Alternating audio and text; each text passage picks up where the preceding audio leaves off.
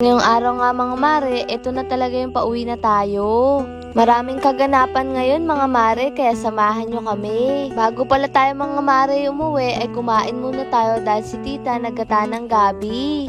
Paborito namin to lahat mga mare, lalo na kapag gata. Kayo ba mga mare, gusto nyo rin ng laing? Tingnan nyo mo yung kain namin, napakasarap kasi talaga. Pero si mama mga mare, hindi namin pinakain pero may iba siyang ulam dahil baka makati sa lalamunan. At ayun nga mga mare, pinapainom ko si mama ng gamot. Tingnan nyo naman yung mukha na kasi mango tsaka si mapait daw yung gamot. At ayun nga, kinikilig pa si mama dahil napakapait daw. Pero sabi ko kay mama, uminom siya ng gamot para tuluyan na siyang gumaling. Medyo nahihirapan din siya mga mare dahil napakarami ng gamot na iniinom niya. Pero pinapalakas namin yung loob niya na sabi namin para sa kanya din yun. Hindi rin talaga kasi biro mga mare yung gamot na iniinom niya, medyo mahal din. At ayun na nga mga mare, pauwi na tayo kaya kanya-kanya na kaming dala ng mga gamit. Hapon na rin pala tayo mga mare umuwi para hindi mainit. At buti na nga lang mga mare, sinundo kami ng tatay ng mga batang pamangkin ko. Para naman diretso na tayo at hindi na tayo mahirapang pang sumakay sa jeep, lalo na si mama. Si mama nga nakapagpaalam na at ako naman yumakap na ako tita, sabi ko mag-iingat siya. At babalik na lang ulit kami. Umuwi na rin kasi muna tayo mga mare dahil balik pa naman natin ay September 27. Maganda rin kasi nasa bukid mga mare kahit papaano nakakalanghap si mama ng sariwang hangin. At tingnan nyo naman mga mare, para kami sardinas sa loob ng tricycle pero carry lang yan. At eto nga pamangkin ko ay katabi ko, sabi ko humawak siya baka mahulog siya. At eto namang isa kong pamangkin ay katabi naman ni mama, tamang ngiti lang silang dalawa. At eto mga mare, nakarating na tayo sa bukid. Sobrang laki din mga mare yung tulong ng electric pan na solar kasi nadala din natin siya kala tita. Kasi nga mainit din talaga doon dahil nga katabi ng ilog. At eto nga mga mare, napakaganda na ng tanawin, ang daming green. Parang isang linggo lang tayo mga mare na wala pero pakiramdam namin mas gumanda yung bukid ngayon. Mas mapayapang pagmasdan ng kapaligiran. At eto nga mga mare,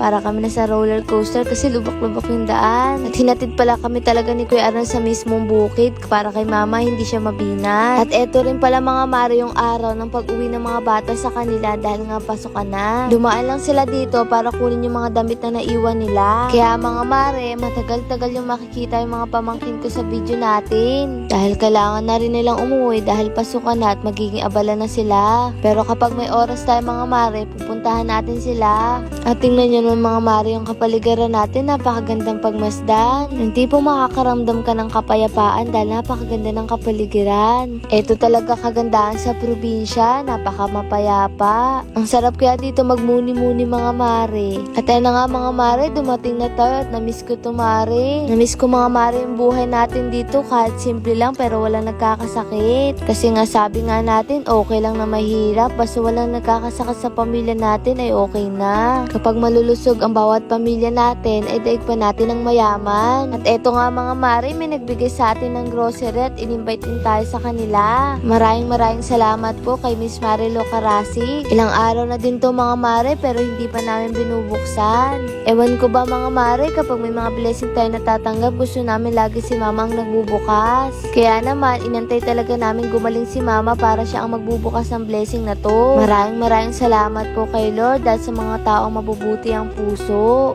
At naway pagpalain pa po kayo ni Lord para sa ganun ay makapagbigay din po kayo sa ibang nangangailangan. At eto nga mga mare yung binigay sa atin, napakarami. Matagal-tagal na rin itong mga mare natin gagamitin. Kaya ayan mga mare, abalang-abala kami kasi marami pa rin talaga. May kape, delata, noodles, at mga biskwit na pwede natin kukutin kapag nainip tayo dito sa bukid at may Milo rin pala. At ayan nga, tingnan naman si mama, abalang-abala sa pag-aayos ng grocery niya.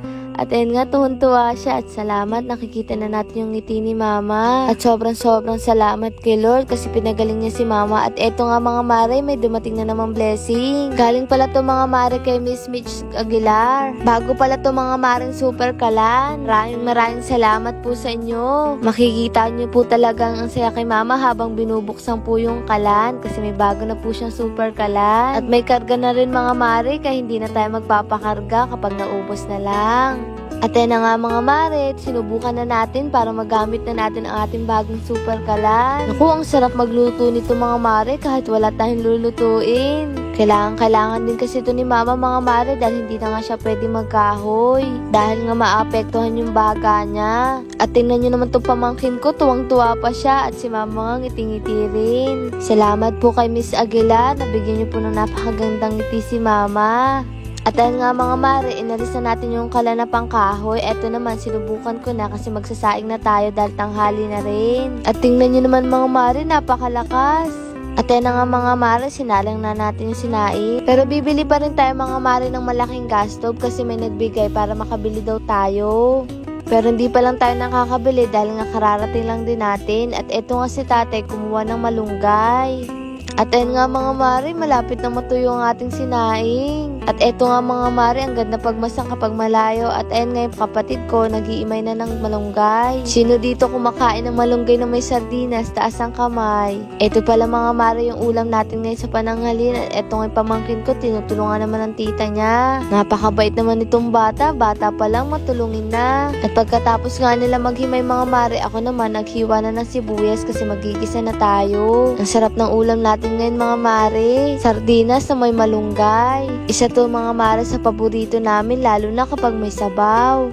Kayo ba mga mare, ito rin yung ginagawa nyo kapag minsan wala na kayong maisip na may iulam? Nakakapanibago lang mga mare, isang pihit lang natin may apoy na yung kalan. Kaya mabilis na tayo makakaluto nito at naglagay na ako ng mantika para magisa ko na tong sibuyas. Buti nga mga mare, bumalik na ulit yung buhay natin sa normal. Kasi mga mare, mas gugustuhin ko yung ganitong pamumuhay basta wala nagkakasakit sa amin. Yung tipong kahit papano ay nakakaraos tayo sa pang-araw-araw. Minsan hindi naman talaga natin pinangarap yumaman, yung tipong makaraos lang tayo sa pang-araw-araw ay okay na. Tapos kahit papano ay nakukuha natin yung magusto natin. Pagkakulo nga mga mare, nilagay ko na rin tong malunggay. Tamang-tama din kasi itong mga maring malunggay kay mama, may sabaw at masustansya pa. Kaya ayan, tamang halo lang tayo ng napakasarap nating ulam. Mga mare, ang sarap mabuhay kahit simple lang. Yung tipong kakain kayo ng sabay-sabay, nagkukwentuhan, nangangarap, at minsan nagchichismisan pa.